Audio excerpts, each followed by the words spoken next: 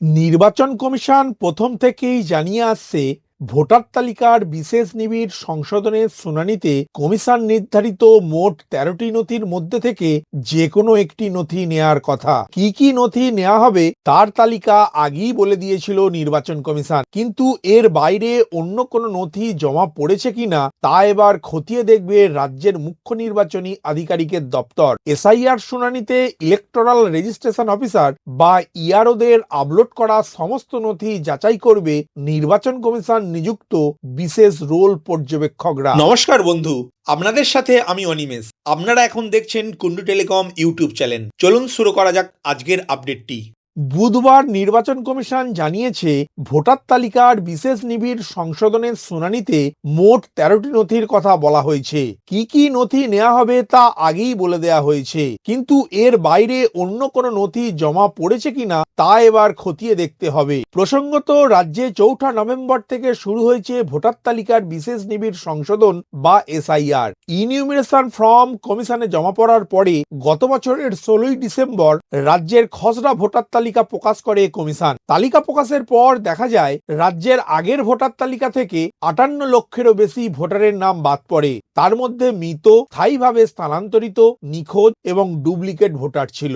এরপরে গত বছরেরই ডিসেম্বর মাস থেকে শুরু হয়েছে নো ম্যাপিং ভোটার এবং লজিক্যাল ডিসক্রিপেন্সির তালিকায় থাকা ভোটারদের শুনানি পর্ব।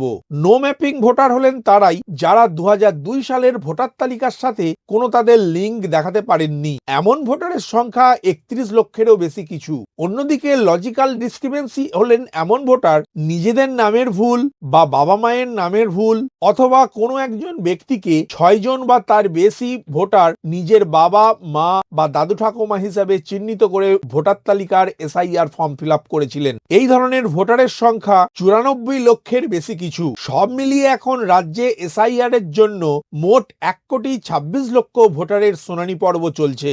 এই শুনানি পর্বে কমিশনের নজরে পড়েছে, অনেক ভোটার কমিশন নির্ধারিত ১৩টি নথির বাইরেও অন্য নথি জমা দিয়েছেন। কমিশন সূত্রে খবর, অনেক জায়গায় দেখা গিয়েছে ব্যাংকের পাসবই, রেশন কার্ড, রান্নার গ্যাসের বই, জব কার্ড সহ ১৩টি নথির বাইরে অন্যান্য নথি জমা নেওয়া হয়েছে। এখন বিশেষ রোল পর্যবেক্ষকদের ওই ভোটারদের খুঁজে বার করতে হবে।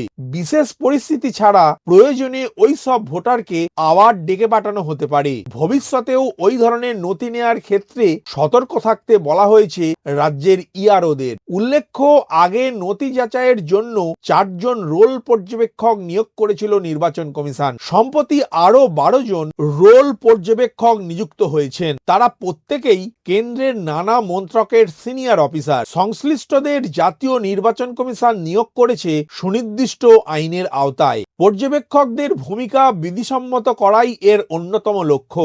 আবার অন্য যে রাজ্যগুলিতে এসআইআর চলছে সেখানেও এমন পর্যবেক্ষক নিয়োগ করা হয়েছে। তবে তেমন ১২টি রাজ্যের মধ্যে এই রাজ্যে পর্যবেক্ষকের সংখ্যা সর্বাধিক। অন্যদিকে ২০০২ সালের ভোটার তালিকায় নাম না থাকলে সেক্ষেত্রে নথির প্রয়োজন হবে। ভোটার তালিকার বিশেষ নিবিড় সংশোধনের জন্য ১৩টি নথির কথা উল্লেখ করেছে নির্বাচন কমিশন। কমিশনের বেঁধে দেয়া নথির তালিকায় প্রথমেই রয়েছে কেন্দ্র অথবা রাজ্য সরকারের দেয়া বিভিন্ন পরিচয়পত্র, পেনশন পেমেন্ট অর্ডার, রাজ্য অথবা কেন্দ্রীয় সরকারের কর্মচারী হলে তাদের পরিচয়পত্র, স্থায়ীভাবে কাজ করছেন বা অবসরপ্রাপ্ত কর্মীদের কাছে ওই নথি থাকার কথা। এছাড়া ১৯৮৭ সালের ১লা জুলাইয়ের আগের নথি, পাসপোর্ট, জন্ম শংসাপত্র, শিক্ষাগত শংসাপত্র, স্থায়ী বাসিন্দা শংসাপত্র, বনাধিকার শংসাপত্র, জাতিগত শংসাপত্র, জাতীয় নাগরিক পঞ্জিতে নাম থাকলে সেই তথ্য, বংশ তালিকার শংসাপত্র, সরকারের দেয়া জমির নথি এবং সুপ্রিম কোর্টের নির্দেশে আধার কার্ড গ্রহণযোগ্য নথির তালিকায় রয়েছে। ভিডিওটি প্রথম থেকে শেষ পর্যন্ত দেখার জন্য ধন্যবাদ।